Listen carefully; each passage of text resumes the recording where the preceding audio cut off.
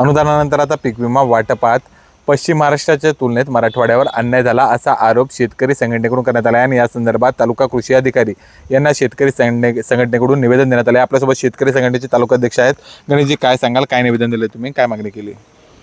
आम्ही वैजापूर तालुका शेतकरी संघटनेच्या वतीने खरीप पीक विमा 2025 जो शेतकऱ्याचा जो हिस्सा होता तो स्वतः खिशातून भरला आहे. कुठलाही 1 रुपयात पीक विमा वगैरे काही नव्हता.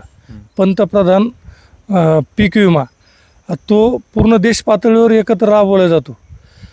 जसं पीक विम्याचं आजचं आहे त्याच पद्धतीनं ज्याप्रमाणे अनुदान वाटपामध्ये आपल्यावर अन्याय झाला त्यांना 17,000 रुपये हेक्टर आणि आपला 6,000 रुपये हेक्टर, आजसुद्धा त्याच पद्धतीनं पश्चिम महाराष्ट्र विशेषतः अहिल्यानगर जिल्ह्यामध्ये श्रामपूर राहता सोयाबीन पिकासाठी 25,000 रुपये हेक्टरी पैसे जमा झालेले आहे.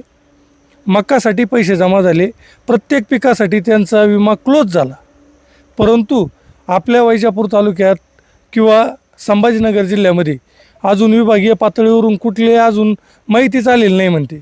विमा कंपनीला आम्ही तक्ते पण पाठवले, परंतु आम्ही हिची जी सखोल माहिती तक्ता क्रमांक 1 असेल, 2 असेल, सॅटेलाईट पिक्चर जे असतील, उपग्रह फोटो घेतले जाते, त्याची मागणी केली. जे तुम्ही पीक कापणी प्रयोग केले हे शेतकऱ्यासाठी सार्वजनिक करा.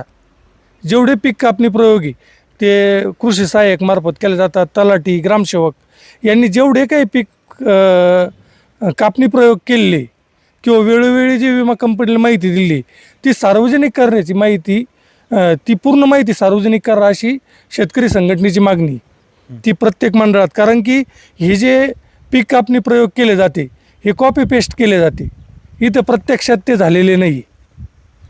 आजची चुकीची माहिती देऊन आपल्या तालुक्यातल्या शेतकरी बांधवांना विम्यापासून वंचित ठेवण्याचा प्रशासनाचा दाव. बरं, हे शेतकरी संघटनेलाच का दिसतो नेहमी? बाकीचे राजकारणी आहेत ते का प्रश्न उपस्थित करत नाही? आता ते का करत नाही त्यापेक्षा आज शेतकरी संघटनेने जी भूमिका मांडली ती वास्तववादी आहे. तुम्ही पश्चिम महाराष्ट्रात कोणालाही विचारा, तुम्हाला 25,000 रुपये विमा आला का, तर आलाच. पश्चिम महाराष्ट्र म्हणजे काही लई लांब नाही जायचं आपल्याला, फक्त गोदावरी नदीच्या पलीकडं आणि अलीकडं एवढाच फरक आहे. त्यांना विमा भेटतो, त्यांनी विम्याचा पैसे भरले, आम्ही विम्याचे पैसे भरलेले, परंतु शेतकरी संघटनेला दिसतो. तरी पण आता शेतकरी संघटना ही जर माहिती प्रशासनाला आम्ही विनंती करत आहोत, ही सगळी माहिती जी तुम्ही विमा कंपनीला दिली ही सार्वजनिक करा.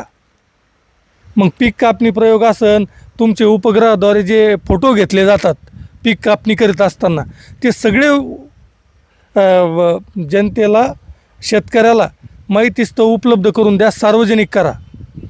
आणि ते जर समजा लवकरात लवकर क्लोज करून विम्याचा हिस्सा, विम्याचा अधिकार आहे आमचा, तो जर लवकरात लवकर नाही भेटला तर येणाऱ्या अधिवेशन काळात, पावसाळी अधिवेशन काळामध्ये आम्ही मग ते तालुक्याचे आमदार साहेब असतील, सर्व जिल्हा परिषद मेंबर असेल, पंचायत समिती मेंबर असेल, सरपंच असेल, चेअरमन असेल, या सर्वांना हे प्रकरण लक्षात आणून देऊन एक सामूहिक शेतकरी संघटना आणि लोकप्रतिनिधी असे एक उपोषण करण्याचा प्लॅन आहे. त्यामध्ये अनुदानाचा बाब असेल, कांदा जो विक्री झालेला आहे, आज काही प्रमाणात भाव सुधारलेले दिसतात, पण 3 महिने एप्रिल, मे आणि मार्च, एप्रिल, मे हे 3 महिन्यात जो फुकटच्या भावात कवडी मोल दरात कांदा विकलेला आहे त्याला 1,500 रुपये अनुदान देण्यात यावं. त्याचबरोबर हक्काचा पीक विमा पश्चिम महाराष्ट्राच्या धर्तीवर आम्हाला मिळावा. आणि तो जर नाकारला गेला असेल तर का नाकारला? कारण की आमचं 33% नुकसान झालेलं आहे, हे सरकारनंच मान्य केलेलं आहे.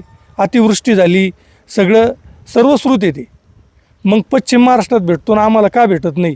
हा आमचा तुलनात्मक अभ्यास करून मग ते विभागीय पातळीवर असेल, पश्चिम महाराष्ट्र, नगर जिल्हा, संभाजीनगर जिल्हा याच्यातून सगळी तुलनात्मक माहिती करून आम्हाला 22 तारखेच्या आतमध्ये आम्हाला सर्व माहिती द्यावी आणि शेतकरी संघटनेलाच नाही तर ती सार्वजनिक करण्यात यावी.